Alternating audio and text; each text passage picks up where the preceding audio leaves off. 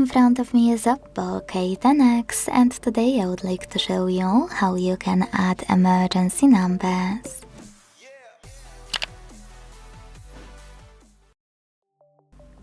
Setting up emergency numbers on new smartphone is very important, just in case.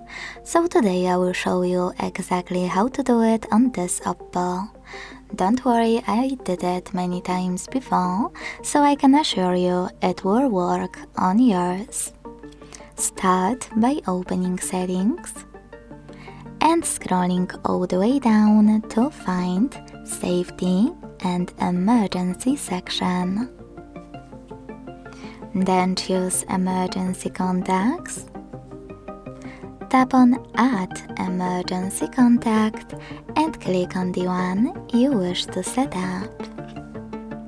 Then do exactly the same with all the other ones you need.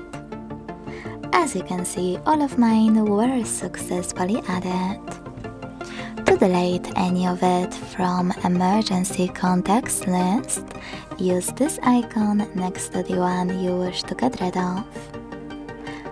Most importantly, make sure this switcher next to Show Info when locked is blue, because thanks to this option, all of those numbers will be accessible from locked screen.